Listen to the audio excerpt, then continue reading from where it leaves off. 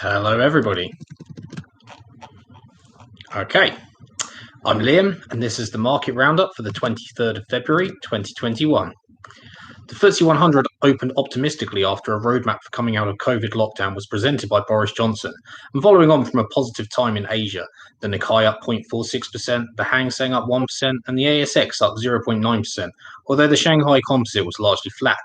However, despite opening up over 2% higher, the Ftse 100 only eked out a small win across the day, rising 0.2%, whilst the more UK-focused Ftse 250 did a little better, up 0.37%.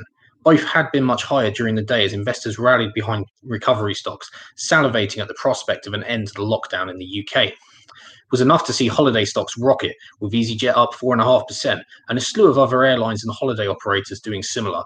Carnival Cruise Lines wasn't one of them, though. It has had a little run-up recently, but it traded broadly sideways following the announcement it was to sell $1 billion of new shares to help it weather the storm, which worried the markets and myself as an investor, but cheered those worries by announcing it would resume cruises from March 27th from Italy under its Costa brand. More broadly, banks did well as we progressed through their earnings updates. Top of the list was Barclays, who I felt produced some good numbers last week and were oversold following some senior management remarks about risk. The market shrugged those off today, though, as their shares rose almost 5%. BP was also on the up, predictably following the price of oil, as was Shell. The worst performing stock in the Premier Index was little-known Scottish Mortgage Investment Trust, an investment fund with a high weighting toward tech stocks, and which has seen its value reduced by 1/6 in just over a week. Ouch. Today it sank only 5%, though there was some profit-taking after the miners ran up hugely last week, with Evraz down 2% and Antofagasta down 1.7%. As iron ore and copper plays respectively, both have seen their ores increase rapidly in price as a play on broader economic recovery, but the market decided there was room for a pause. I own Evraz myself and will continue to buy on any weakness. Ftse 250 also saw its recovery stocks do great, most notably SSP Group, a multinational caterer for plane and train travel, up 17%. Raising eyebrows with a possible dead cat bounce was Cineworld, up 9.5%, but still 80% below peaks after a few torrid years.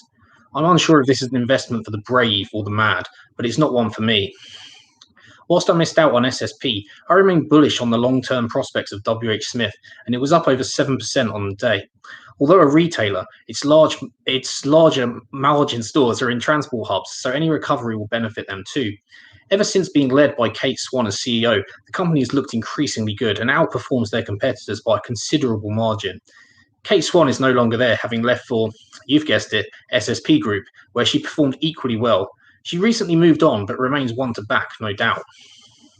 Over in America, the Nasdaq continues a recent slide and finished the day down 0.8%, but had opened nearly 2% down, as investors worried if an 11-month surge in most tech stocks might mean the sector is a little overvalued. Most tech stocks were down between 0.3% and 1%, extending their losses after the last few days. The Dow Jones was almost flat, up 0.02%, whilst the S&P showed the other US indexes how it was done, finishing up 0.4%. Notable callouts were again the stocks seen as recovery stocks.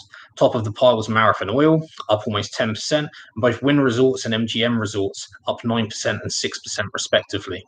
Airlines also did well, and notably COORS Beverage Company was up over 4% on expectation of either bars reopening or that Americans were in desperate need of a drink. Who can tell?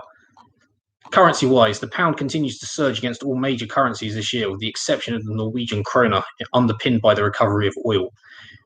The pound's recently passed the $1.40 mark and is now threatening 3-year highs at $1.43.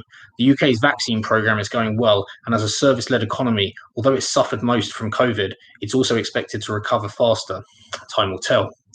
We wrap up with cryptocurrency, and Bitcoin was struggling to find footing, having soared to new records of $58,000 last week, and briefly threatening a market value of $1 trillion. It now finds itself at $47,000, a large proportion of that slide coming today.